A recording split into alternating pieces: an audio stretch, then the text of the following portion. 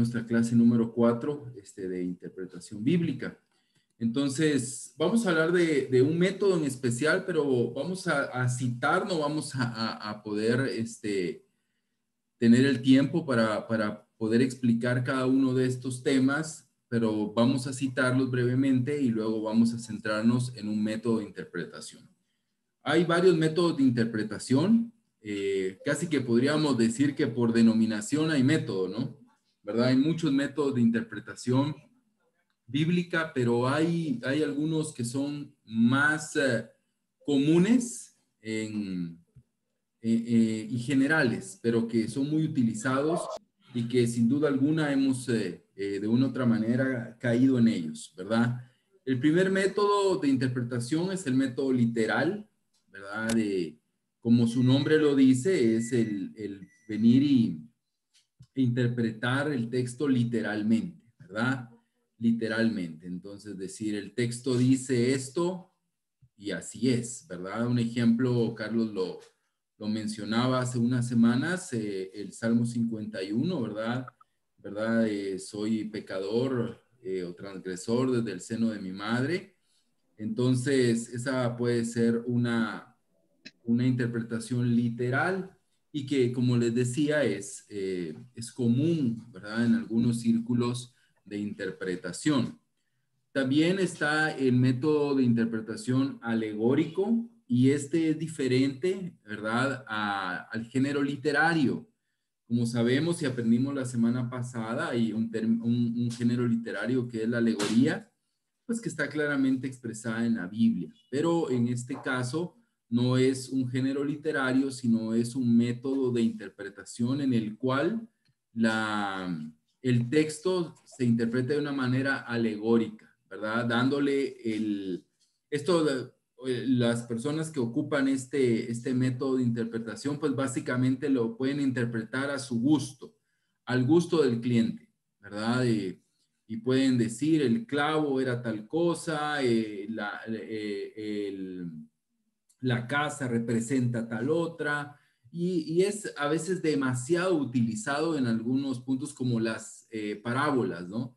Hay parábolas que se interpretan de una manera demasiado alegórica que para nada ni Jesús estaba pensando lo que esta gente se está inventando, ¿no?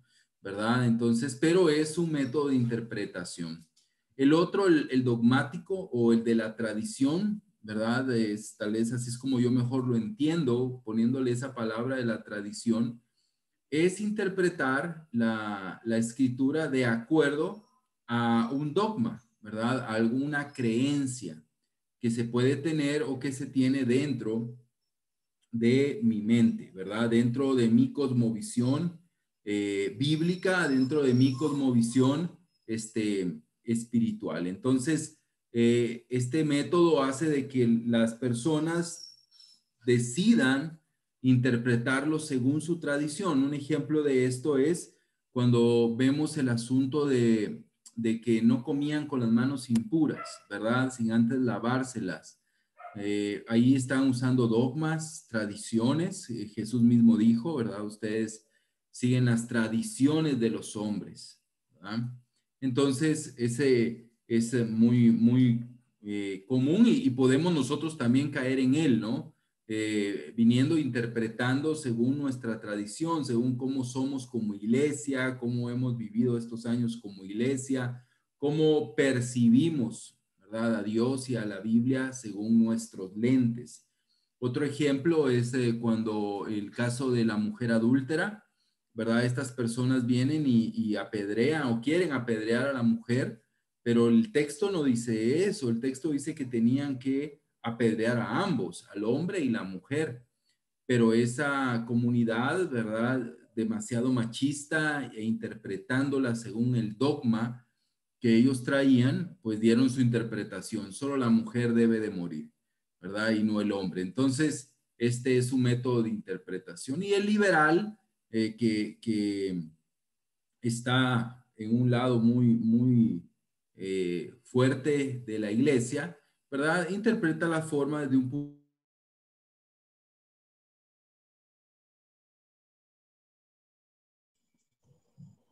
Paulo, tu micrófono se Sí, puso. gracias, gracias.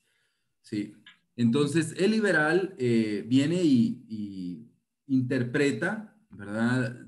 Sin tener en cuenta la moral, ¿verdad? Como una base bíblica y estricta, ¿verdad? Y pues interpretan de una manera, pues valga la redundancia, liberal, ¿no? Entonces, ahí de una u otra manera es donde giran estos métodos de interpretación.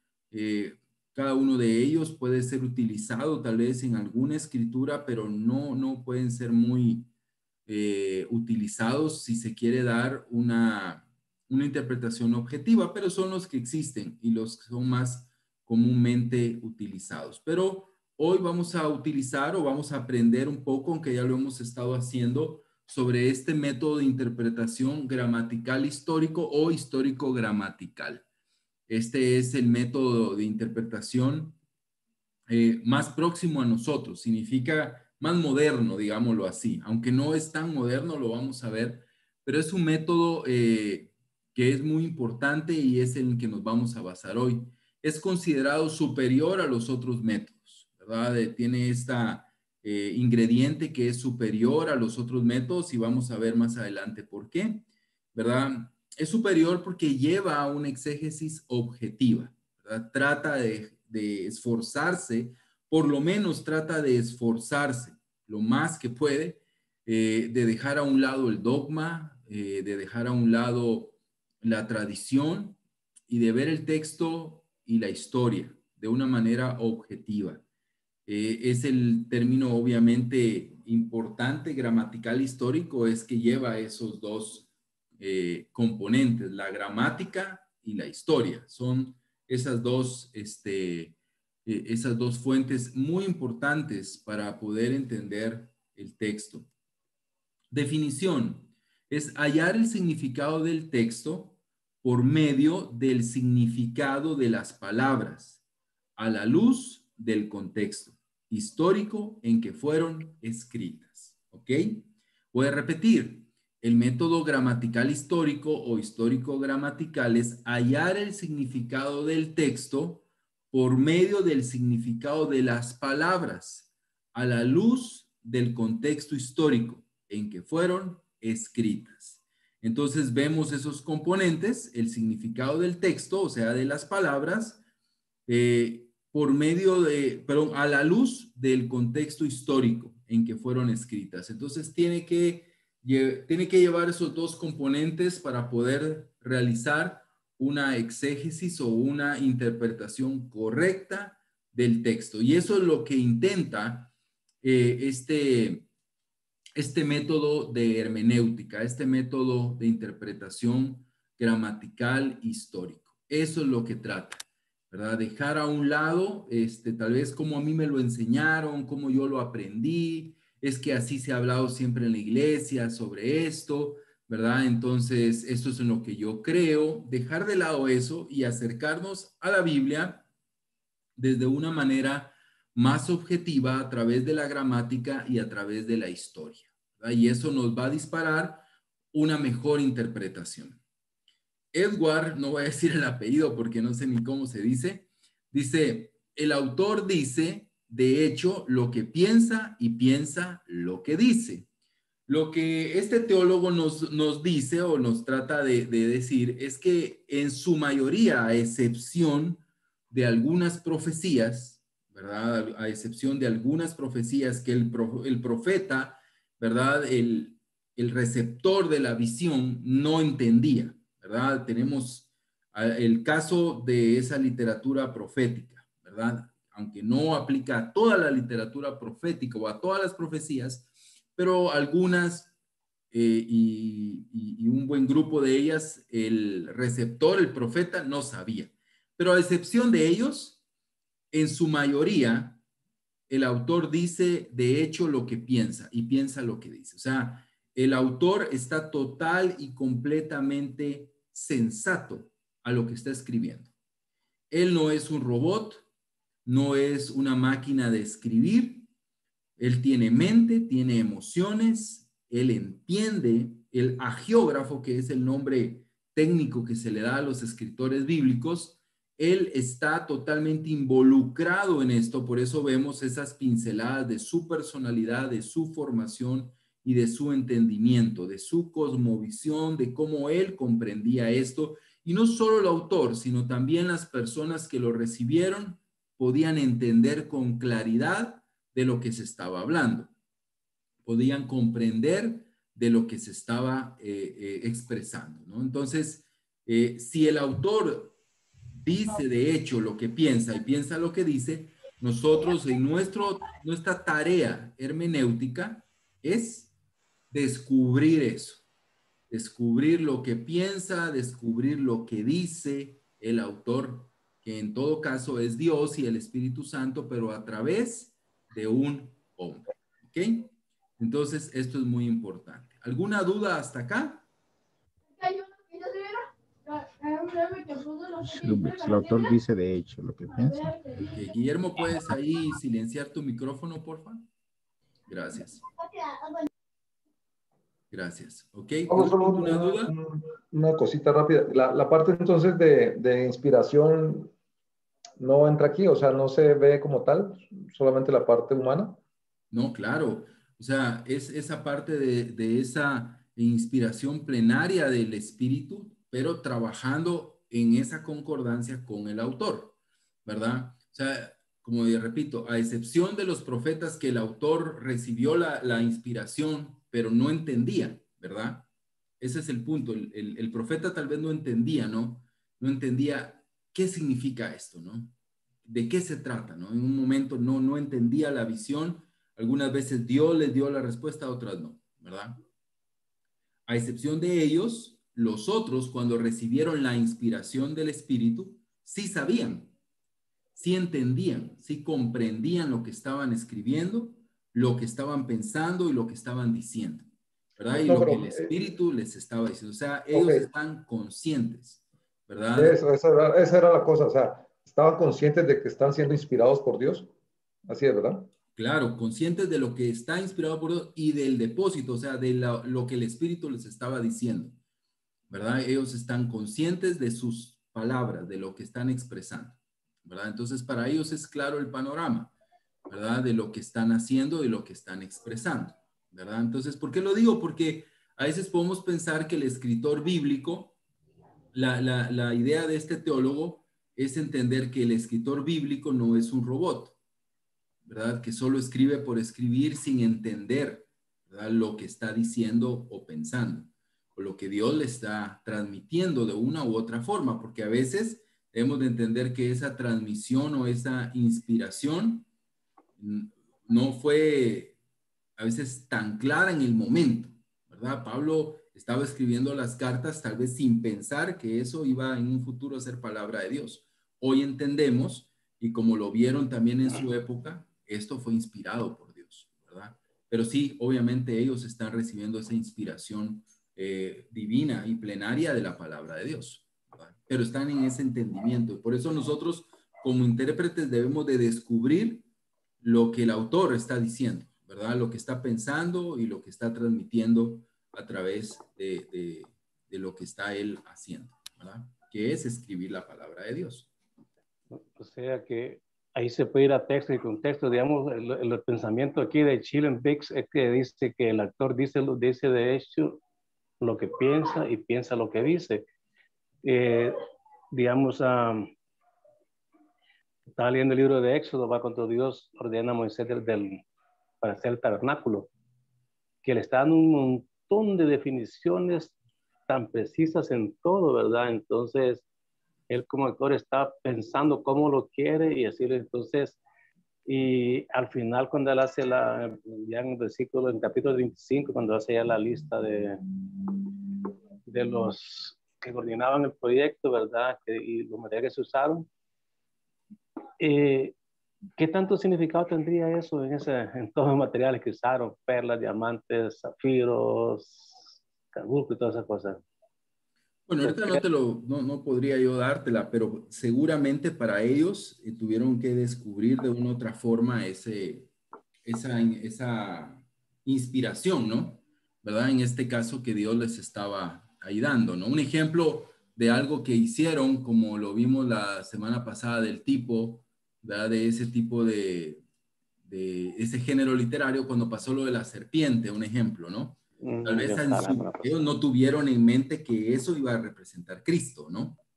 Jamás en la mente de Moisés pudo tal vez pensar eso, ¿no? No lo sé, pero es muy obvio que no. Entonces, como te digo, en esos eventos es donde tal vez el autor está limitado al entendimiento futuro de lo que está pasando. Pero en su mayoría, ellos saben lo que están haciendo, ¿verdad? Tienen ese entendimiento, ¿verdad? Tienen esa comprensión y a veces pues es muy obvio porque es algo muy privado, como en el caso de los salmos, ¿verdad? Es algo que están viviendo, en el caso de los proverbios, algo muy cotidiano. Entonces ellos están teniendo ese entendimiento y nuestra tarea es descubrir ese entendimiento, ¿verdad? Que no es fácil, pero es la tarea de este método, ¿por qué es importante? Porque, digamos, el método alegórico no le interesa saber qué pensó Moisés, ¿verdad? Un ejemplo. O cómo recibió la noticia de X cosa el pueblo de Israel. No. O sea, al que interpreta de una manera alegórica, él le da su propio significado. Yo creo que esto es esto, ¿verdad? Entonces, ahí se pierde mucho de una correcta interpretación. Gracias, Pablo. Nada, de nada. Okay, gracias, hermanos. Vamos a ver una breve historia. Aunque el método, perdón ahí por el perro. Aunque el método recibe su nombre oficial en estos últimos siglos, pero es usado en el siglo IV, ¿verdad? Por estas dos personas, Teodoro de Mupsuestia y por el famoso Juan Crisóstomo, el Pico de Oro, ¿verdad? Entonces ellos en sus escritos se puede ver que ellos ya están utilizando este método, el método histórico, y estamos hablando del siglo IV, ¿verdad? Ellos ya están viendo el significado de las palabras y entendiendo también la escritura dentro de un contexto histórico. Ese es su método de interpretación, ¿verdad? Entonces, en el siglo IV. Pero en el siglo XVI, este método fue revitalizado por los reformadores, por Lutero y Juan Calvino. Es impresionante, pero Juan Crisóstomo y Teodoro están en el siglo IV y ahí empieza el auge de la Iglesia Católica y ellos utilizaron casi hasta el día de hoy el método de interpretación dogmático, ¿verdad? Ese es el que permea y es superior en la Iglesia Católica, aunque las demás denominaciones podemos caer en él. Pero entonces, digamos, se dejó por un lado este tipo de interpretación, se situó en lo dogmático y en el siglo XVI fue revitalizado por los reformadores, en especial por Lutero y Calvino. Y insistía en que se le debe exponer el texto en un sentido original, a menos que la naturaleza de su contenido obliguen a una interpretación figurada, lo que vimos la semana pasada, a menos de que haya un lenguaje figurado, ¿verdad? Pero fuera de ese lenguaje figurado, tiene que buscarse ese sentido original, y es lo que persiguieron los reformadores, ¿verdad? Lutero y Calvino, que tuvieron un buen trabajo en el griego, ¿verdad? Martín Lutero dice, solo el sentido simple, propio, original, el sentido en que está escrito, hace buenos teólogos. El espíritu es el escritor y orador más sencillo que hay en el cielo y en la tierra. Por lo tanto, sus palabras no pueden más que tener un significado simple y sencillo, ¿verdad?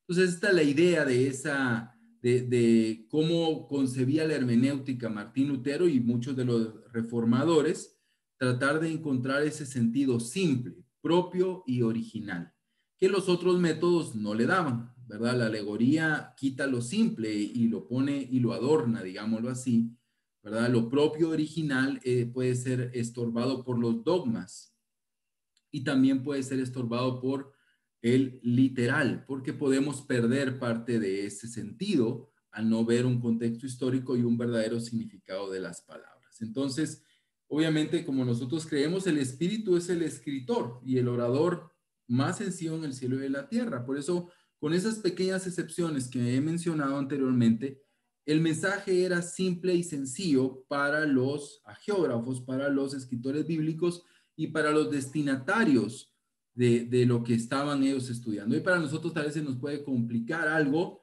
¿verdad? Una denuncia de Isaías a Egipto, un ejemplo, pero para ellos no, era muy claro en su momento y en su tiempo, qué es lo que está pasando y qué es lo que está sucediendo, ¿no? Entonces, hay un mensaje sencillo, fácil de seguir, que hoy nosotros tenemos esa dificultad del tiempo, ¿verdad? De venir y tener tantos miles de años o cientos de años de separación.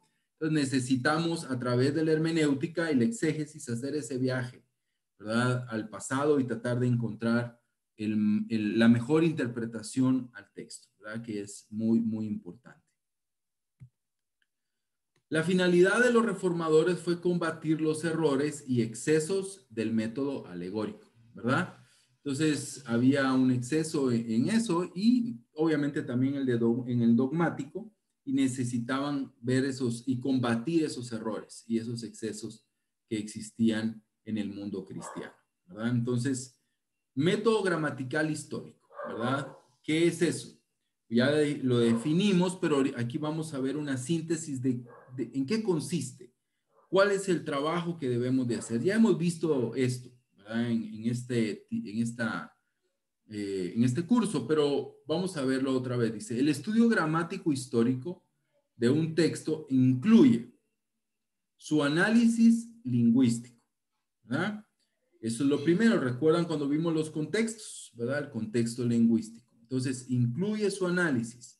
Palabras, gramática, contexto, pasajes paralelos, lenguaje figurado, etcétera, ¿verdad? Pueden haber otros componentes lingüísticos. Entonces, esa es la primera parte, el análisis lingüístico y el examen de su fondo histórico, ¿verdad? Entonces, aquí vemos esos dos grupos importantísimos, ¿verdad? La gramática, ¿verdad? Que es apasionante, lo lingüístico y la parte histórica. Entonces, es muy, muy importante nosotros ir en esos dos, tener esas dos aristas. A veces es más fácil, otras veces se nos complica, sobre todo el fondo histórico, pero en su mayoría podemos alcanzar una buena interpretación y comprensión del texto para aplicarlo a nuestra vida diaria. ¿Ok?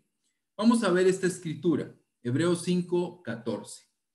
Pero el alimento sólido es para los que han alcanzado madurez, para los que por el uso tienen los sentidos ejercitados en el discernimiento del bien y del mal. Hebreos 5:14, Reina Valera. Entonces aquí nos expresa, ¿verdad? Hay una parte en esta sección de Hebreos donde está hablando de un alimento sólido, ¿verdad? Es para los que han alcanzado la madurez. Pero los que por el uso, dice, para los que por el uso tienen los sentidos ejercitados en el discernimiento del bien y del mal. ¿Ok? Vamos a tratar de trabajarlo bajo esta premisa. No vamos a ahondar detalle por detalle, ¿verdad? Porque eso no nos alcanzaría el tiempo hoy, pero vamos a ir dando unas pinceladas y viendo por dónde tiene que ir, ¿verdad? Por dónde tiene que ir dirigido nuestra interpretación. Bueno, nuestro estudio primero, para luego poder interpretar. La primera parte es la observación y tenemos que observar el texto y lo vamos a hacer primero desde la parte lingüística. ¿Ok? Vamos a ver el análisis lingüístico y gramatical. ¿Ok? Primero, pues seleccionamos el texto, ya lo tenemos seleccionado. Es importante realizar una lectura en un sentido amplio. La totalidad del libro o la sección del libro. En el caso de todas las epístolas y en la gran mayoría del Nuevo Testamento, tal vez a excepción de los evangelios y hechos, creo que el resto de libros, y Apocalipsis también, perdón, el resto de libros, si queremos dar una buena interpretación del texto, tenemos que leerlo y tener conocimiento de todo el libro, ¿verdad? En su totalidad y más específicamente de la sección, ¿verdad? Más específicamente de la sección. Entonces, la selección del texto nos demanda una lectura en un sentido amplio, ¿verdad? Y poder nosotros leer no solamente el texto, no solamente el contexto inmediato, sino la sección, o si es posible y necesario, la totalidad del libro, ¿verdad? Entonces seleccionamos las palabras claves. Después de haber leído ese sentido amplio de la totalidad del libro, vamos al siguiente paso, que es la selección de palabras claves. Algunas cosas que son importantes y que nos pueden ayudar. No aplican las tres siempre. Alguna vez solo va a aplicar una, a veces podrán las tres. Bueno, la primera es que desempeña un papel clave en el pasaje que se interpreta. ¿Ok? Desempeña un papel clave en el pasaje que se interpreta. B, ha aparecido frecuentemente en contextos anteriores, ¿verdad? En el anterior o el posterior está ahí inmiscuido el texto o la palabra, perdón, o frase. Es importante en el curso de la historia de la salvación anterior al texto, ¿verdad? Esos podrían ser algunos elementos de las palabras que encontramos como claves acá. Ok, ¿qué debemos de hacer? Examinar su significado. Este es el propósito principal, ¿no? Examinar su significado. Yo elegí esta frase, ¿verdad? Alcanzando madurez, ¿ok? Esa es la frase que yo quiero examinar principalmente del texto. Yo sé que puedo examinar alimento sólido, puedo examinar discernimiento, ¿verdad? Pero eso debería de hacerlo si voy a hacer el exégesis de todo el pasaje, pero hoy vamos a hacerlo solo con alcanzando madurez para nosotros poder tener un entendimiento. Entonces, primero visualizamos el texto y el mismo texto nos da una explicación, un significado. En este caso, alcanzando madurez para los que por el uso tienen los sentidos ejercitados en el discernimiento del bien y del mal, ¿sí? Esta palabra conectiva me muestra una definición. Aquí está, es una palabra conectiva de propósito. Entonces me dice, ¿qué significa alcanzar la madurez? O de significado, me dice que son los que tienen los sentidos ejercitados en el discernimiento del bien y del mal. Entonces, ¿quién es una persona madura? ¿Verdad? ¿Quiénes han alcanzado la madurez según el texto de Hebreos 5:14? Son los que tienen bien ejercitado el discernimiento del bien y del mal. Ellos pueden elegir, pueden saber qué es lo correcto y qué no es lo correcto. Pueden discernir con claridad. Es la visión que tiene el escritor de Hebreos de cómo alcanzamos la madurez o qué es alcanzar la madurez. En este caso, el texto me da un significado, pero vamos a buscar en un léxico, ¿sí? Hay un léxico, el léxico de Thayer dice, maduro es teleios, teleios aner, ¿verdad? El hombre maduro, ¿verdad? Hombre maduro. ¿Cómo él en su léxico lo traduce o lo explica como adultos, si es adultos, mayor de edad o maduro? ¿Sí? Vemos acá una definición. Y es interesante, ¿por qué? Porque si tú revisas otras versiones, como la NBI, en lugar de decir madurez, dice adultos, ¿verdad? Lo traducen como adultos. Entonces está en concordancia con este léxico. Hay muchos léxicos, ya vamos a tener una clase sobre algunas herramientas y yo se las voy a proporcionar en PDF, algunas que les pueden servir, ¿verdad? Entonces, pero vemos acá el léxico de Thayer nos explica, ¿verdad? Que es alguien maduro. Entonces, aquí vemos este análisis rápidamente lingüístico. No estamos viendo ahorita verbos, no estamos viendo modos verbales, estamos enfocándonos en la palabra madurez, ¿sí? En la palabra madurez, o sea, han alcanzado la edad adulta o han alcanzado la madurez, ¿ok? Entonces, el escritor habla de eso. El alimento sólido es para los que han alcanzado la madurez, es decir, para que los que espiritualmente son adultos, son mayores de edad, son maduros. ¿Y cómo los conozco? ¿Cómo los entiendo? ¿Quiénes son ellos? Los que tienen muchos años en la fe, los que tienen muchos años en la iglesia, los que se bautizaron hace 30 años, ¿ellos son de quienes está hablando? No, está hablando de que la madurez se demuestra por el discernimiento, ¿ok? Es lo que vemos en este análisis lingüístico. Palabras conectivas. Es otra parte del análisis lingüístico que es importante tener esa habilidad. Lo veíamos también la semana pasada en los géneros literarios con Eduardo. Y es esas palabras que a veces las leemos tan rápido, pero normalmente van como esta, ¿no? Pero, y vamos a ver luego el contexto inmediato, pero es una palabra conectiva y aquí vemos otra que es para, ¿sí? Para. Entonces, este para, como vimos ya anteriormente, este para nos da la definición. Entonces, esta palabra conectiva es muy importante para el análisis lingüístico porque me define quiénes son estas personas, quiénes son los maduros, de quiénes está hablando el texto. Ok, vamos a seguir viendo. Contexto, ahora veamos el contexto literario, ¿verdad? Vamos a enfocarnos ahorita en el contexto inmediato. Vamos a leer versículos del 11 al 13, dice la Biblia. Acerca de esto tenemos mucho que decir y difícil de explicar.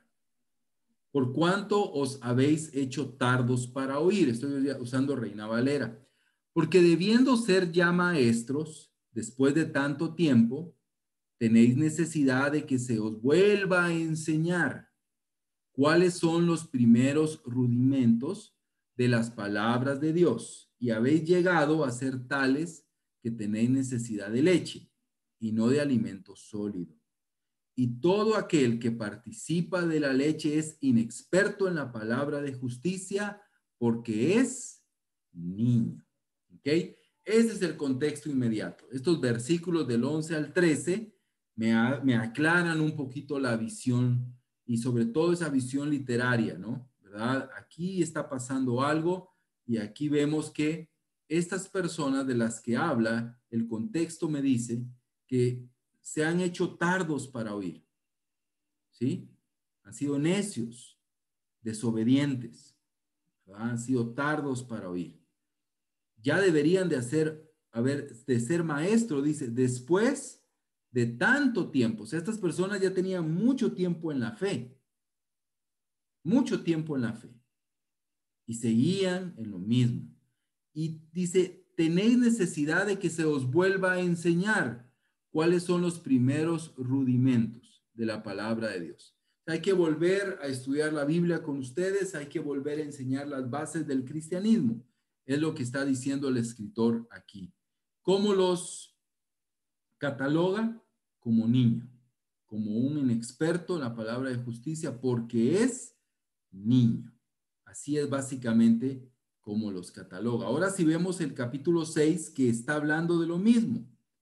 O sea, no está, ¿recuerdas cuando hablamos, no, de que esos cambios de capítulos nos pueden marear un poco?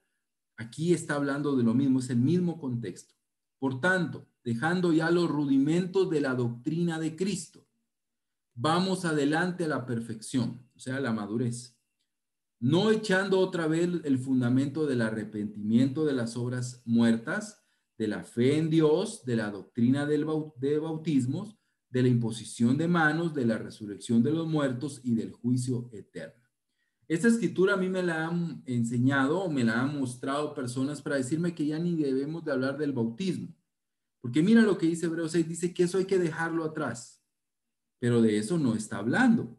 Esto son los rudimentos de los cuales se está hablando acá. Porque debiendo ser ya maestros, después de tanto tiempo, tenéis necesidad de que se os vuelva a enseñar cuáles son los primeros rudimentos.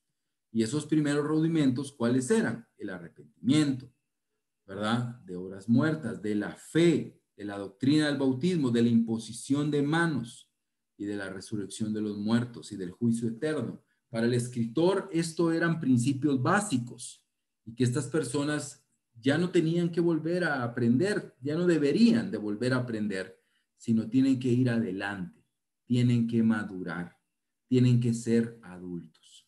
Entonces, esto es lo que vamos viendo ahorita del contexto. Pasajes paralelos.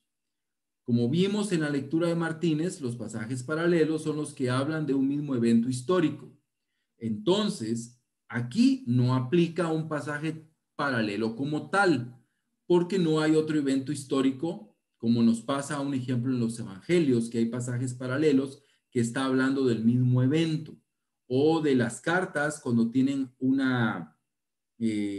paralelismo con Hechos, o Reyes con Crónicas, un ejemplo, ¿no?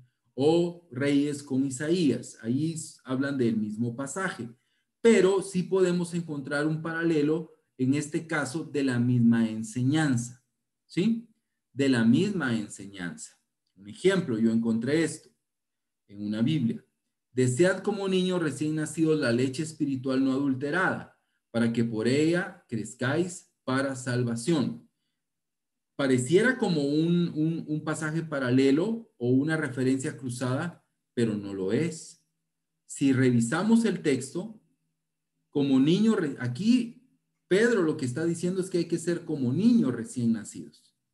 Y Hebreos dice que ya no debemos de ser como niños. Entonces, ¿se contradicen? No, están hablando de dos cosas diferentes. Están hablando a dos públicos diferentes y en dos circunstancias distintas. Entonces, por tener la palabra niños, la palabra leche espiritual, no es un pasaje que pueda ser llamado paralelo o una referencia cruzada. Pero encontré Efesios 4, del 14 al 15. Para que ya no seamos niños fluctuantes, llevados por donde quiera de todo viento de doctrina, por estratagema de hombres que para engañar emplean con astucia las artimañas del error, sino que siguiendo la verdad en amor crezcamos en todo, en aquel que es la cabeza, esto es, Cristo. Aquí puedo encontrar en un escrito de Pablo un pasaje que se asemeja bastante a lo que vemos en Hebreos. Un niño fluctuante significa que no tiene ese discernimiento para tomar una buena decisión. Dice que es llevado de un lado a otro, como el viento, ¿verdad? La invitación es a crecer, ¿verdad? Como vimos en el capítulo 6, a ser perfecto, a madurar, a perfeccionarse. Entonces, aquí encuentro un pasaje paralelo. Ahora entiendo un poco mejor de lo que está hablando el escritor de Hebreos. Me puede ayudar a aclarar mi mente, ¿verdad? De cuál es el problema que hay que atacar y qué es lo que puede estar pasando a los hebreos. Lenguaje figurado. No todos los pasajes lo tienen, pero encontramos lenguaje figurado. Aquí encontramos dos, niño y madurez, ¿verdad? Y en la NBI es niño y adulto, ¿verdad? ¿Será que hay discípulos cristianos que son niños? O sea, de edad, un niño de 6 años, de 5 años ya es cristiano. Nosotros creemos que no. Entonces aquí no está hablando de niño en edad cronológica, ¿verdad? Entonces está usando una metáfora, un lenguaje figurado, como lo usa también Pablo ahí en Efesios 4. Entonces aquí claramente hay un lenguaje figurado que me ayuda a comprender mucho mejor el texto, ¿verdad? En la NBI lo traduce como adultos, usando también una idea como la que tiene Thayer, ¿verdad? Entonces aquí hay un lenguaje figurado de niño y adulto y me ayuda a comprender bien el texto. Aquí yo puedo ver bien el texto. Los niños espirituales son unos y hay adultos espirituales, ¿sí? Hay niños espirituales, no porque se acaban de bautizar, ya vimos, ¿verdad? Nosotros les llamamos los jóvenes cristianos.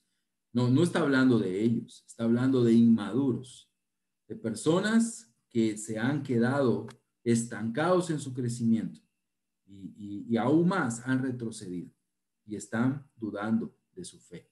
Y los adultos, que es el llamado, que es la invitación, es a los adultos para que ellos puedan acceder a ese alimento sólido, ¿verdad? Y que tienen esa capacidad de distinguir entre lo bueno y lo malo, ¿verdad? Porque tienen esa percepción espiritual. Entonces, veo el lenguaje figurado. Todo esto es gramática, ¿verdad? Todo esto es la parte gramatical, ¿verdad? Que estamos ahí trabajando y tratando de entender y de ver para poder dar una mejor interpretación al texto.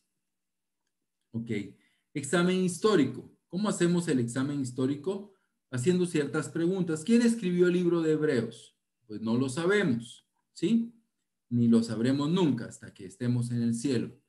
¿Cuándo fue escrito? Concuerdan que entre el año 67 al año 69, ¿verdad? Entonces eso deja fuera a personajes como Pablo, ¿verdad? En cuanto a la escritura. Pero esa es una fecha probable. Sabemos que las fechas todas las fechas en la mayoría de libros son probables, ¿verdad? Son probables. Van a variar de 1 a 2 años cada fecha según las fuentes. ¿A quién fue escrito? A judíos cristianos, ¿verdad? Por el uso tan extenso del Antiguo Testamento y cómo lo usa como argumento de convencimiento el escritor, pues se crea que fue dirigido a judíos cristianos, ¿verdad? Entonces, por eso es el título de la carta a los hebreos. ¿De dónde fue escrito? Se cree de Italia, de Roma. Desde ahí vino la escritura de esa carta. ¿Cuál es el trasfondo histórico del libro? Para obviamente encontrar eso hay que ir a algunas Biblias de estudio, algún diccionario, algún manual, pero básicamente es esto, ¿no? Esta carta fue escrita a un grupo de judíos cristianos, probablemente alrededor del 64. Vemos que esta fuente tiene otra fecha. Estos cristianos que habían pasado por la persecución se estaban alejando de su fe y estaban cediendo a la tentación de volver al judaísmo. Esto es una parte, hermanos, que todos creen que es así, ¿verdad? No hay ningún tipo de contradicción en este argumento. El autor escribe esta carta para señalar la superioridad de la religión cristiana y animarles en la fe. Enfáticamente, el autor señala que Cristo es superior a los profetas, los ángeles, Moisés, Josué y Aarón. Dios había hablado a través de cada uno de ellos, pero ahora Él ha hablado a través de su Hijo. Después de Romanos, Hebreos ha ejercitado la influencia más grande en el pensamiento de las generaciones sucesivas de cristianos. Entonces aquí ya tenemos un contexto histórico, ¿verdad? Ya tenemos el examen histórico. Vamos a ver este video. La carta a los hebreos. El autor de esta carta es anónimo y la gente se ha preguntado por mucho tiempo si Pablo la escribió o si quizá fue alguno de sus colaboradores, como Bernabé o Apolos. Pero la realidad es que no lo sabemos. En el capítulo 2 descubrimos que el autor tuvo una relación de primera mano con los discípulos que caminaron con Jesús. Así que sabemos que esta carta está anclada en la enseñanza de los apóstoles. Tampoco sabemos cuál era la audiencia de esta carta, ni siquiera dónde vivían. El autor los conoce muy bien y asume que tiene profundo conocimiento de las escrituras del Antiguo Testamento, especialmente de la narrativa de los primeros 5 libros de la Biblia, la Torá, acerca de cómo la familia de Abraham se convirtió en la nación de Israel, de cómo Moisés los siguió en su salida de la esclavitud en Egipto hasta el monte Sinaí, donde recibieron la Torá e hicieron un pacto con Dios, donde construyeron el tabernáculo que los sacerdotes utilizaban para ofrecer sacrificios, y también acerca de cómo vagaron por el desierto en su camino hacia la tierra prometida. El autor simplemente espera que los lectores conozcan todos los detalles de estas historias. Así que lo más probable es que la audiencia esté compuesta de judíos cristianos, y de ahí viene el nombre de la carta. El capítulo 10 nos da pistas que indican que esta comunidad de iglesia estaba enfrentando persecución y hasta prisiones por su asociación con Jesús. Algunos en la comunidad estaban alejándose de Jesús y abandonando la fe por completo, y eso explica el propósito y la estructura de esta carta. Primero tenemos una breve introducción, seguida de 4 secciones donde el autor compara y contrasta a Jesús con personas y eventos claves de la historia de Israel. Primero, se compara a Jesús con los ángeles en la Torá. En segundo lugar, con Moisés y con la tierra prometida. En tercer lugar, con los sacerdotes y con Melquisedec. Y finalmente, con los sacrificios en el pacto. El autor tiene 2 objetivos principales en todos estos contrastes. El primero es elevar a Jesús como superior a cualquier otra persona o cosa, mostrando que Jesús es digno de toda su confianza y devoción. Pero su segundo objetivo es este: retar a los lectores a permanecer fieles a Jesús a pesar de la persecución. Así que cada sección incluye una fuerte advertencia de no abandonar a Jesús. Ahora, profundicemos y veamos cómo se desarrolla todo esto. La elevación de Jesús comienza en la oración inicial de la introducción. Dios, que muchas veces y de varias maneras habló a nuestros antepasados en otras épocas por medio de los profetas, en estos días finales nos ha hablado por medio de su Hijo. De manera que el autor está diciendo que Jesús es superior a todas las otras maneras previas en las que Dios se reveló a Israel. Luego, hace la sorprendente declaración que Jesús es el resplandor de la gloria de Dios y la imagen exacta de la naturaleza de Dios. Estas metáforas hacen la identificación más cercana posible entre Jesús y Dios. Así que Jesús es a Dios lo que los rayos de luz son al sol, o Jesús es lo que la impresión en la cera es al sello de un anillo. Para este autor no hay Dios aparte de Jesús. Jesús es Dios hecho hombre como el Hijo, y esta elevada manera de ver a Jesús es la que se desarrolla a través del resto de la carta. En la primera sección, el autor compara a Jesús con los ángeles, lo que podría parecer un poco extraño. ¿Por qué ángeles?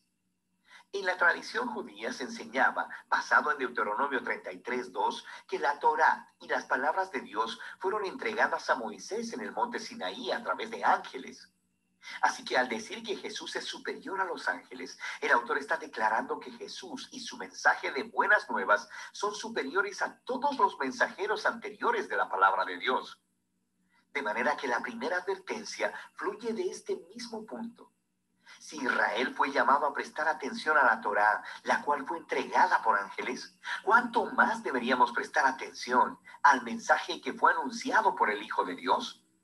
Y no solo eso, debido a la condición de superioridad de Jesús con respecto a los ángeles, cuán asombroso es que Él entregara ese estado tan alto para convertirse en hombre, morir y sufrir. En Jesús vemos la gloria de Dios en mayor grado y su gran humildad al Jesús unirse compasivamente al trágico destino de la humanidad. En los capítulos 3 y 4, el autor continúa diciendo que Jesús es superior a Moisés, quien guió a Israel a través del desierto y quien construyó el tabernáculo. Jesús también es el líder del pueblo de Dios, pero en él no vemos el constructor de una simple tienda de campaña, sino de toda la creación. Luego, el autor vuelve a contar la historia de cómo los israelitas se rebelaron contra Moisés en el desierto y perdieron su oportunidad de entrar al reposo que Dios les ofreció en la tierra prometida. Así que aquí viene la segunda advertencia. Si Jesús es mayor que Moisés, ¿cuán mayores serán las consecuencias si nos rebelamos contra él? Nosotros también estamos en una clase de desierto donde tenemos que confiar en Dios para el descanso futuro en la nueva creación de Dios. Así que asegurémonos de no rebelarnos, como lo hizo Israel en el desierto, y perdamos la generosa oferta de Dios para entrar en su nueva creación. En los capítulos del 5 al 7, el autor compara a Jesús con los sacerdotes que vienen del linaje de Aarón. Su rol era representar a Israel delante de Dios y ofrecer sacrificios que expiaran o cubrieran los pecados del pueblo. Pero él señala que los sacerdotes eran ellos mismos personas imperfectas, así que debían ofrecer sacrificios constantemente por sus propios pecados, así como por los pecados de todos los demás. Algo más era necesario, así que él declara que Jesús es ese algo más. Jesús es el sacerdote definitivo, pero Jesús no vino del linaje de Aarón. Jesús era un sacerdote según el orden de Melquisedec, ese sacerdote y rey misterioso de la antigua Jerusalén, quien aparece en las historias de la vida de Abraham. También encontramos en el Salmo 110 que el rey mesiánico del linaje de David sería un sacerdote según el orden de Melquisedec. Así que el punto del autor es que Jesús es el rey sacerdote definitivo. Él es moralmente perfecto, está eternamente disponible para su pueblo. Así que Él es superior a cualquier otro mediador entre Dios y los seres humanos. Y entonces viene la advertencia de esta sección. Rechazar a Jesús es rechazar a tu mejor y única oportunidad de estar completamente reconciliado con Dios. Así que no hagas eso. Lo que nos lleva a la última comparación en los capítulos del 8 al 10. El autor nos muestra cómo la muerte de Jesús en la cruz fue el sacrificio definitivo, superior a todos los sacrificios de animales que se ofrecían en el templo. Esos sacrificios debían ser ofrecidos constantemente, tanto cada día como anualmente en el día de la expiación.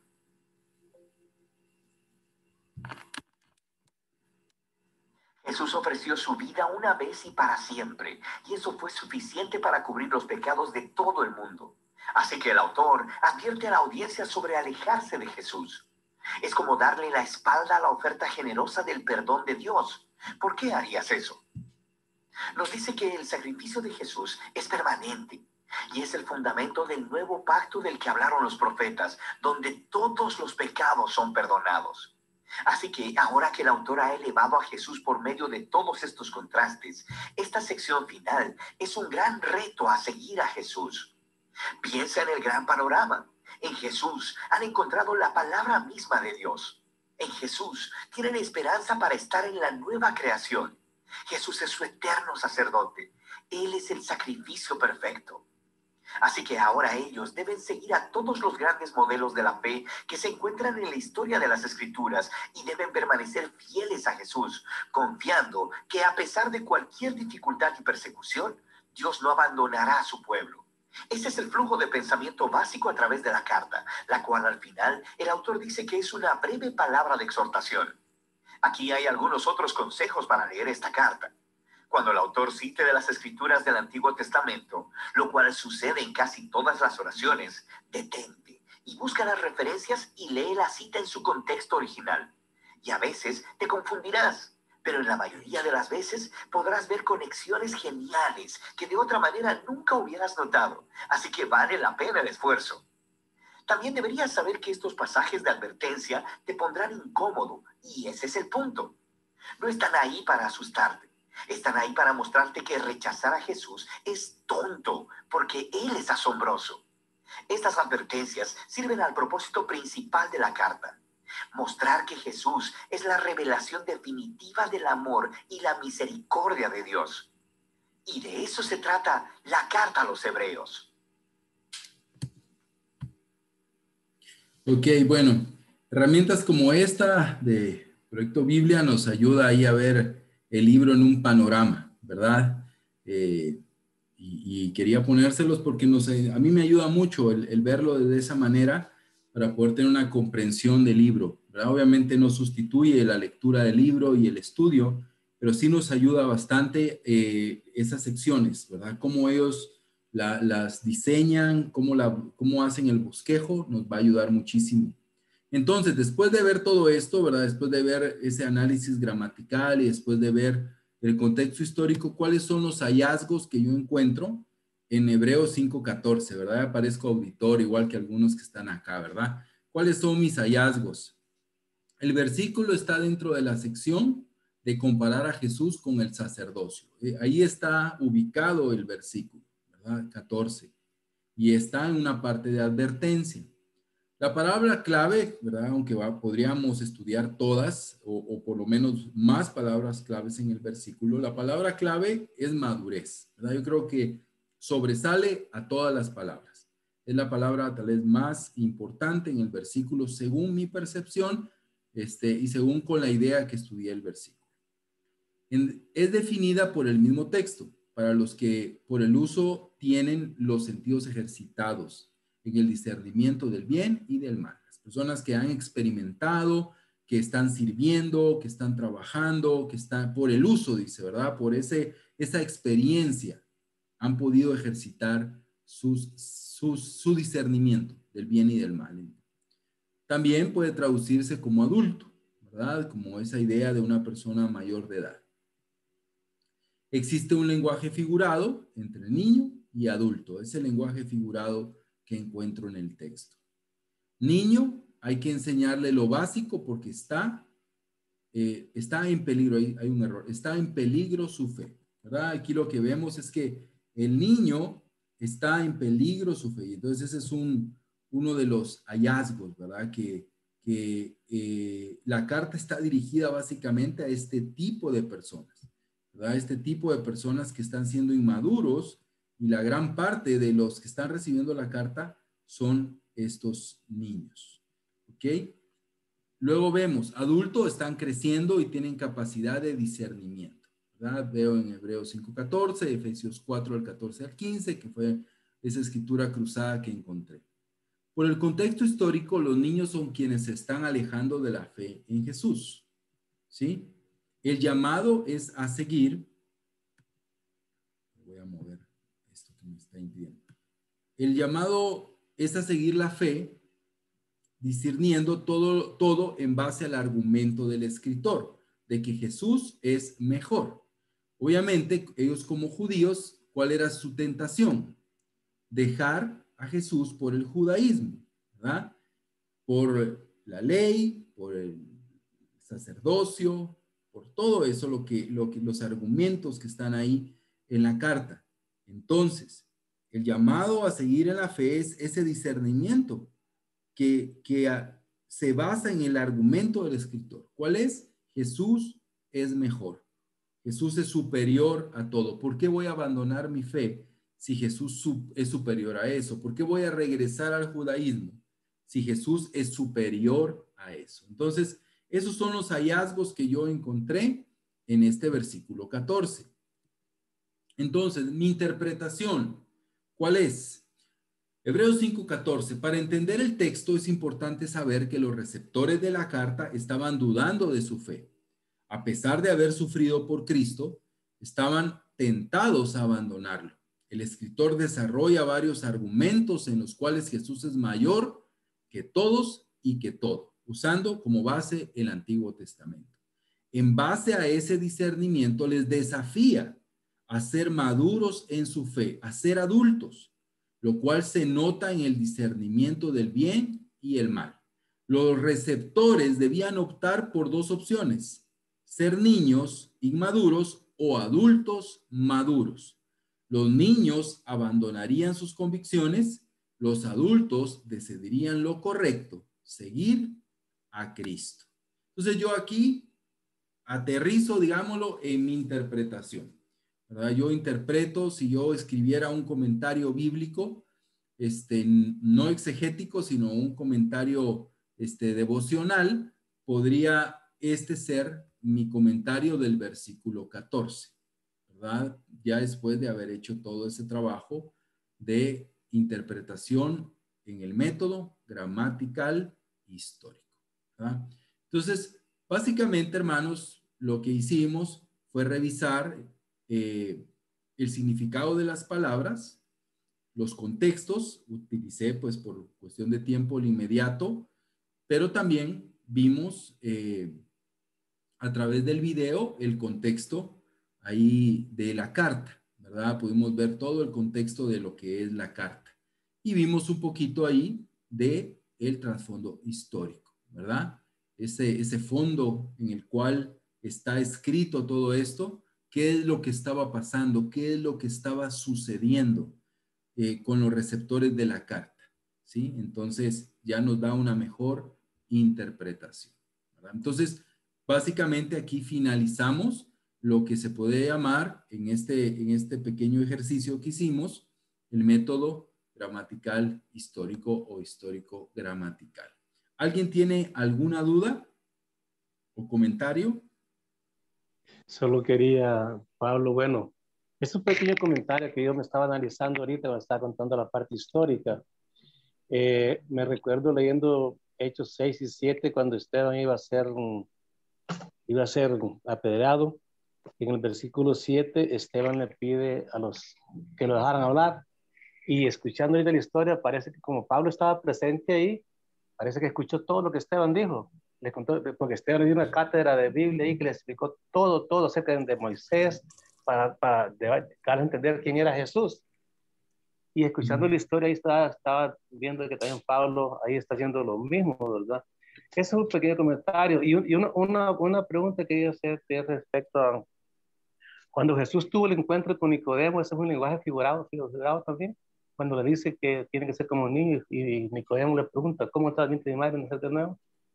Sí, el lenguaje figurado. Sí, el lenguaje figurado, y es una metáfora, ¿verdad? Porque utilizas el verbo ser o estar, ¿verdad? Tiene que ser como, o nacer de nuevo, ¿verdad? Que ahí tácito está ese verbo, ¿no? Entonces sí es un lenguaje figurado el que está usando Jesús, ¿verdad? Y él, por eso su interpretación es difícil, ¿verdad? De Nicodemo. Dice, ¿cómo yo siendo adulto puedo ser como un niño, ¿verdad? Entonces él estaba interpretando literalmente lo que Jesús estaba diciendo, pero era figurado. Gracias. Y otro comentario era de cuando dices Pedro 2, parece que fue que usamos ahí donde leyendo acerca de Martín Lutero, parece que Martín Lutero no estaba de acuerdo con el libro de Santiago, y también viéndolo entre Pablo y Santiago, aparentemente una contradicción entre fe y obras, ¿verdad? Hay mucha gente que habla de eso, que no, que las obras, que la fe, Pero leyendo algo de Lutero y con esta clase de ahorita, creo que la conclusión es que las dos cosas son iguales. Necesitamos la obra y necesitamos la fe. Las dos cosas son... Entonces, Martín Lutero, que él no creía mucho en muchas cosas así, hasta que él vino y hizo la reforma. Claro. Parece que... Sí, fue la carta que más le costó ahí traducir a Martín Lutero, la de Santiago. Y hay una aparente contradicción, ¿verdad? Porque Romanos dice que somos salvos por fe y Hebreos dice que somos salvos por obras, ¿verdad? Que Abraham fue justificado por la fe y Santiago que Abraham fue justificado por las obras. Pero cuando leemos el contexto no hay contradicción porque la fe se demuestra con las obras, según la perspectiva que Santiago hace, y cuando leemos todo Romanos, también, ¿verdad? Sí, Después del capítulo 12, el llamado a un cambio de vida es demasiado radical. Hay una pregunta que dice, muéstrame tu fe sin las obras, muéstrame las obras sin fe, entonces ahí está la... Exacto, ahí estamos. Pero básicamente hay dos tiempos de Abraham, ¿no? Cuando Abraham empezó y cuando Abraham terminó. Entonces por eso lo mezclan y lo confunden. Pero en realidad fue por fe, pero al final Abraham con sus obras demostró su fe. Sí, porque Dios le dijo, vete a esa tierra que yo te mostraré, y él le creyó y se fue, ¿verdad? O sea, fue inmediato, pues, o sea, al final fueron 2 eventos, creer, y porque creyó, obedeció, agarró sus cosas y se fue, ¿verdad? Entonces, siempre fue la respuesta de Abraham, ¿verdad? Saca a Agar, bueno, ¿verdad? Y al otro día lo sacó, vaya a matar a Isaac, al otro día. Esa fue la... ¿verdad? Esa fue la prueba madre. Entonces, sí hay... pero es muy importante, bueno, Santiago es un libro increíblemente bonito, ¿verdad? Pero sí, hay que leerlo mucho en un contexto literario, porque como esas preguntas que dijiste, ¿puede alguien mostrar su fe sin obras? Es una pregunta retórica. Él está esperando que nosotros respondamos. Nosotros lo leemos, ¿verdad? Pero él está esperando, el escritor está esperando respuesta, ¿verdad? Es un recurso. Yo tengo que responder. ¿Puede alguien, si yo analizo, puede alguien mostrar su fe sin obras? Y si yo respondo con honestidad, mi respuesta es no, ¿verdad? No se puede. Entonces, utiliza ese recurso mucho Santiago y Pablo también de las palabras, de las preguntas, ¿verdad? Pero gracias. ¿Alguien más tiene alguna duda? Yo creo que solo era como un comentario a eso.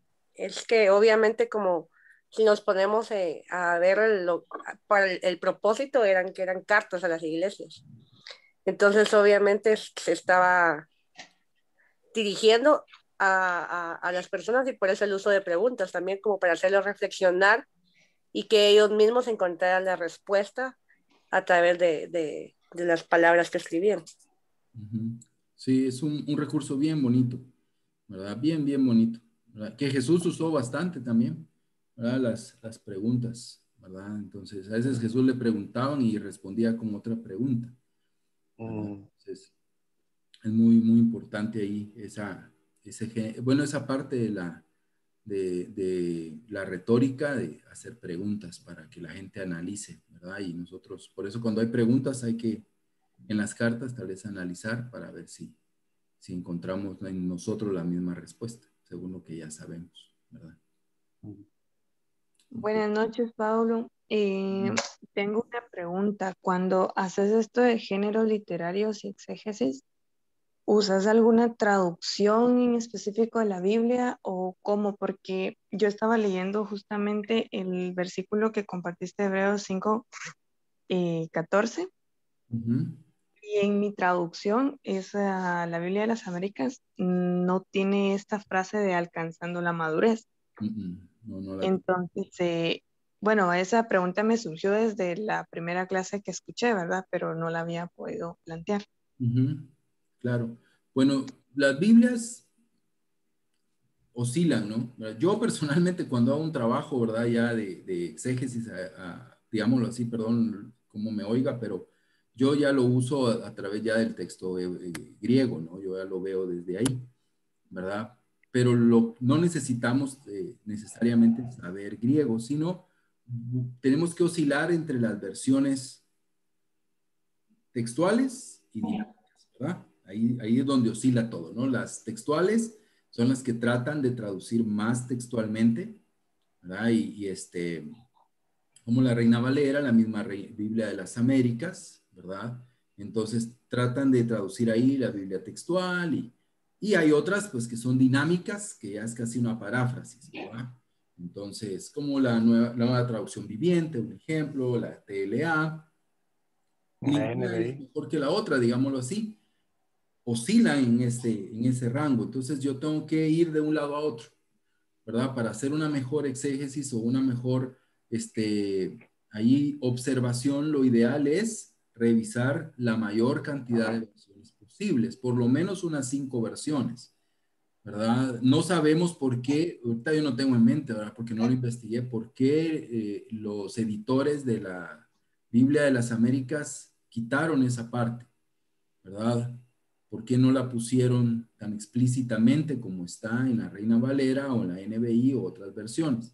No tengo la idea ahorita, pero la mejor ayuda es revisar la mayor cantidad de versiones. Entonces, si 5 versiones de 6 utilizan la palabra, es por ahí que tengo que ir, ¿verdad? O por lo menos el significado, que puede ser adulto o maduro, es por ahí que yo tengo que ir, ¿verdad? No creo yo que yo pueda tener una mejor traducción, ¿verdad? Que ellos, ¿no? Que estas personas que han dedicado su vida a eso. Pero tengo que revisar la mayor cantidad de versiones posibles, ¿sí? Y una base muy importante también es la página de Biblia Gateway. Sus versiones son bien revisadas, ¿verdad? Entonces, y también la YouVersion que tenemos en nuestros dispositivos son bien revisadas, ¿no? Son bastante fidedignas cada una de las versiones. Entonces, respondiendo a tu pregunta es, hay que revisar la mayor cantidad de Biblias, ¿verdad? De versiones para poder ahí tener una mejor idea de lo que está diciendo. Y es interesante, pero algunas nos va a dar diferentes significados, ¿verdad? De las palabras. Algunos van a poner un ejemplo mansedumbre y otros van a poner amabilidad. Entonces, ¿cuál será, verdad? No, pues son las dos, ¿verdad? Entonces, pero enriquece la definición de la palabra, un ejemplo. Entonces, entre más versiones consultemos, nos va a dar una mejor idea. No hay que casarnos con una versión. Yo uso una normalmente para predicar, pero hay que revisar todas en un texto porque de verdad uno se puede equivocar. Con lo que decías de la definición y significado, eh, eso es otra duda que tenía yo, porque, por ejemplo, a veces en las prédicas ha pasado que, por ejemplo, justamente esa mansedumbre, ¿verdad? Aquí mansedumbre significaba esto, pero en otra parte de la Biblia no es mansedumbre de esta mansedumbre, sino cuando vamos al original del griego, no sé qué, esto era lo que estaba queriendo decir el escritor. Entonces, si yo no voy a usar el griego porque no sé el griego literal, ¿cómo hago para entender qué era lo que el escritor estaba queriendo decir? ¿O cómo sé el orden en que las palabras querían estar puestas en el castellano? Sí, mira, si quieres avanzar un poco más para sentirte más segura en ese aspecto, ¿verdad? Es pues algo que te puede ayudar es una buena Biblia de estudio o los comentarios bíblicos, pero no los comentarios bíblicos devocionales, sino los comentarios bíblicos exegéticos, ¿verdad? Los comentarios bíblicos exegéticos, pues hacen una pequeña exégesis, ¿verdad? Utilizan el idioma original, por lo menos pues el editor consulta el griego para poder dar los significados a las palabras, ¿verdad? Entonces, pero a veces el problema que tenemos es que yo puedo escribir aquí un ejemplo, yo puedo decir, aquí dice mansedumbre, ¿no?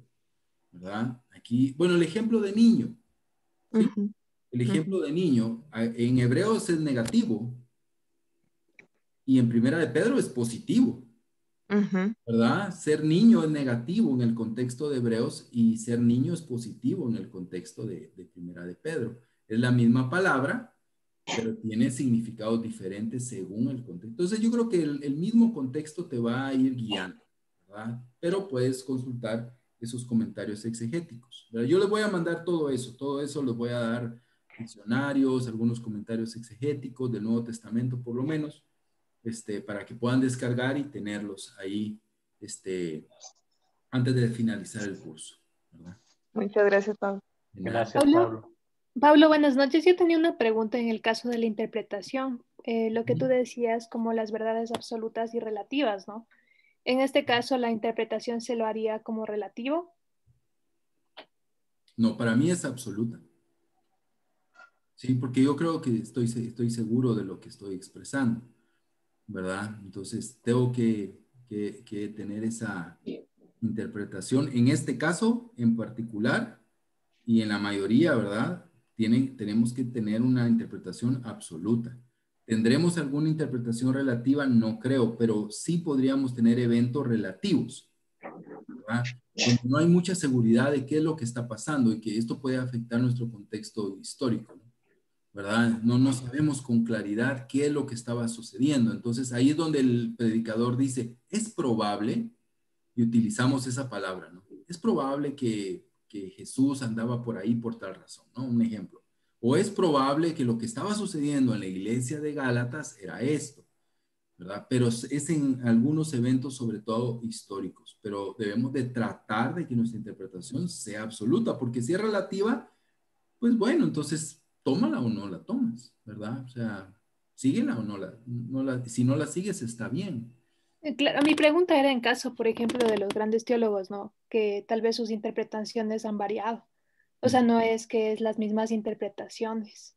Entonces Sí. siempre va a diferir, entonces no es absoluto ni la de un teólogo ni la del otro, sino que siempre van a diferir. Según la perspectiva del teólogo es absoluta, ¿verdad? En su momento, por lo menos, su interpretación es absoluta en ese momento, para él. Puede ser que más adelante, no sé, encuentre un recurso, un hallazgo que pueda hacerlo modificar su interpretación. Pero eso más creo que donde encontramos ese tipo de situaciones es más en esas interpretaciones a grandes magnitudes de cosmovisiones o dogmas, ¿verdad? Cosas que son muy centrales dentro de la iglesia cristiana, ¿no? ¿Verdad? Pero al texto como tal, normalmente van a mantener interpretaciones muy similares, ¿verdad? Pero vas a encontrar, pero según el intérprete para él, va a ser una interpretación correcta. Pero pues sí, alguien más podría decir, no, esto no es así. Hay algunos documentos o recursos, un ejemplo, donde algunos textos te dice cuál fue la interpretación de ese texto de Martín Lutero, ¿no? Cómo lo interpretó él, cómo lo interpretó Tertuliano, ¿verdad? Y cómo lo interpretó Karl Barth. Entonces vas a tener 3 interpretaciones, pero uno tiene que decantarse por alguna. Uno no puede, como teólogo, decir, los 3 tienen razón, ¿verdad? Tendría que ser muy ambiguo. Uno tiene que hacer el esfuerzo en oración, ¿verdad? En dedicación a Dios, de tratar de encontrar la interpretación absoluta del texto, porque los que lo recibieron, a excepción obviamente de las profecías y eso, que ya lo citamos, en estas escrituras que son tan prácticas, ellos lo entendieron con mucha claridad, ¿verdad? Entonces tenemos que apuntarle hacia ahí. Sí, Pablo, creo que... Yo creo... perdón. Dale, va. Como teniendo un comentario a eso, sería también mucho el que obviamente nos estamos apegando al método gramatical histórico, ¿verdad? Entonces estamos viendo las cosas como tú decías, basándonos en la lingüística y en todos los hechos que tenemos. Entonces, por ese sentido es que la interpretación va a ser apegada porque estamos viendo cosas puntuales, ¿verdad? No podemos como dejarlo a lo que yo pienso, opino, sino que nos estamos basando en los hechos, ¿verdad? En lo escrito, en la historia, para poder dar la interpretación. Sí, tienes razón, Stephanie, tienes razón, Chochi, pero también tiene razón, Stephanie, en el sentido de que para nosotros va a ser absoluto, o sea, eso va a ser como nuestra convicción. Nuestra convicción. Nosotros tenemos que tener la humildad de que obviamente estamos usando recursos, ¿verdad? Estamos usando un diccionario, estamos usando un léxico, ¿verdad? Estamos usando un comentario. Entonces, de una u otra manera, por fe dependemos mucho de ellos. Aún en el idioma griego estamos dependiendo mucho de las personas que han estudiado el idioma, ¿no? Y han decidido que este es el significado de las palabras. Pero pueden venir nuevos estudios y que pueden ayudarnos a decir, tengo que replantear mi interpretación. Entonces, eso es muy importante, pero no tiene que ser como, ahí se las dejo, a ver si es correcta. No, en el momento sí tengo que apuntar a que tiene que ser algo sólido, ¿verdad? Y digno de seguir. No una sugerencia vaga, sino digno de seguir, pero la teología sigue siendo, la teología no es perfecta, ¿no? ¿Por qué? Porque van a haber nuevos hallazgos, van a haber nuevos recursos, como algunos que les mencionaba, ¿no? De cómo el idioma se ha estado descubriendo y mejorando el entendimiento del griego. Entonces ahí va a haber que replantear, pero no toda la Biblia, ¿no? Sino algunas interpretaciones que necesitan ser replanteadas. Yo creo que también, como hay muchas iglesias que escriben sus propias Biblias últimamente, ¿verdad? Entonces, digamos, bueno, no quisiera decir esto, no quiero decir algo, pero creo que las versiones en inglés creo que son las más precisas en cuanto a interpretación, porque, no sé, ¿será que fue traducido primero al inglés? Bueno, debe haber sido así, yo creo, ¿verdad? Porque es más amplio. Y, digamos, el caso en Hechos, cuando habla de Cornelio y Pedro, de las visiones que ambos tuvieron. Y entonces ahí se le da un montón de interpretaciones según con la denominación cristiana que tú estés hablando. Si es un adventista, va a defender sus comidas inmundas, ¿verdad? Y así sucesivamente, ¿verdad? Creo que suceden así muchos teólogos a veces que vienen con otras ideas, pero es que como dice, cuando de verdad es absoluta, la interpretación es absoluta, ¿verdad? Entonces, yo creo que uno debe basarse en la verdad e interpretar de acuerdo a la verdad, pues, y como la recomendación está buena de leer muchas versiones, ¿verdad? Porque he leído versiones que no tienen nada que ver con lo que tienen en otra versión. Yo digo, wow, qué interesante esto, pero... Yo creo que el aspecto de la bibliología es muy importante. Yo no es mejor, ahí, perdón, Frank, las versiones en inglés, ni las versiones en alemán, ni las versiones en español, porque todas, por lo menos las que he mencionado que están en esos sitios, todas han traducido desde el original, ¿verdad? O de los manuscritos más originales que se tienen, ¿no? Y no existen originales, ¿verdad? Pero todas se han traducido de los mismos manuscritos, unos al español, otros al inglés, y pues cada idioma tiene... Nosotros creo que tenemos más ventajas aún que los gringos, porque nuestro idioma es romance, muy parecido al griego. Entonces, mi maestro de griego es americano y me dice, ustedes tienen mayor flexibilidad de traducción que el americano por el tipo de idioma. Pero igual cada Biblia tiene un propósito, cada versión o traducción para el grupo editor tuvo un propósito. Pero un ejemplo, una NBI se tardó en traducir 15 años, ¿verdad? Y un grupo de más de 30 personas. O sea, es un trabajo que cada Biblia merece cierto respeto de nuestra parte, ¿verdad? Entonces, pero ellos tuvieron un propósito, ¿verdad? Digámoslo así, una visión y de acuerdo a esa visión hicieron la traducción. Por eso es importante la comparación, para así poder tratar de dar una mejor interpretación. Gracias, Pablo. A mí un ejemplo, la interesante. TLA, esa TLA, cómo cambia las palabras, pero honestamente a veces es una de las que mejor explica ciertos eventos o ciertas costumbres, porque en la traducción de ellos fue tratar de explicarlo, ¿verdad? Entonces, de tratar de explicarlo, de tratar de dar como una pequeña interpretación al texto. Entonces, parece que esto sí, ¿de dónde se la sacaron, verdad? Fumaron esto de una vez. ¿De dónde sacaron? Pone el drama bastante, ¿no? No, cambia mucho porque pero su visión fue esa, tratar de explicarlo lo mayor posible. Y entonces hay pasajes que si uno va a la TLA, aquí ya lo entiendo. Aquí ya comprendo de qué se trata. Entonces, por eso es importante la comparación. Bueno, hermanos, aquí les dejo una tarea, la tarea para esta semana. Vamos a tratar de realizar este mismo ejercicio, ¿verdad? Yo les voy a mandar la presentación para que sigan los mismos pasos y vamos a tratar de realizar este mismo ejercicio con Romanos 12:1. Aquí yo lo tengo en NBI, pueden utilizar la versión que ustedes deseen, ¿verdad? Por lo tanto, hermanos, tomando en cuenta la misericordia de Dios, les ruego que cada uno de ustedes en adoración espiritual ofrezca su cuerpo como sacrificio vivo, santo y agradable a Dios. ¿Sí? Aquí hay muchas palabras, si no quieres estudiarlas todas, te pido que te centres en sacrificio, ¿sí? En sacrificio vivo, ¿verdad? En esa frase o en esa palabra sacrificio. Entonces, que te puedas centrar en ella. Si tienes tiempo para ver santo, ¿verdad? Para ver qué tales son las dos más, adoración espiritual, está bien, pero sacrificio, ¿verdad? ¿De qué está hablando Pablo? ¿Por qué ser un sacrificio vivo? ¿Será que me voy a yo ir a matar? ¿Qué es lo que está pensando? ¿Qué es lo que tiene? Tipo musulmanes. Ajá, ¿qué es lo que tiene en su mente? Y pensar en el contexto de toda la carta, ¿verdad? ¿Qué es lo que Pablo está teniendo en mente cuando aterriza en Romanos 12:1? ¿De dónde viene? Y mira esta parte. Por lo tanto, es muy enfático, ¿verdad?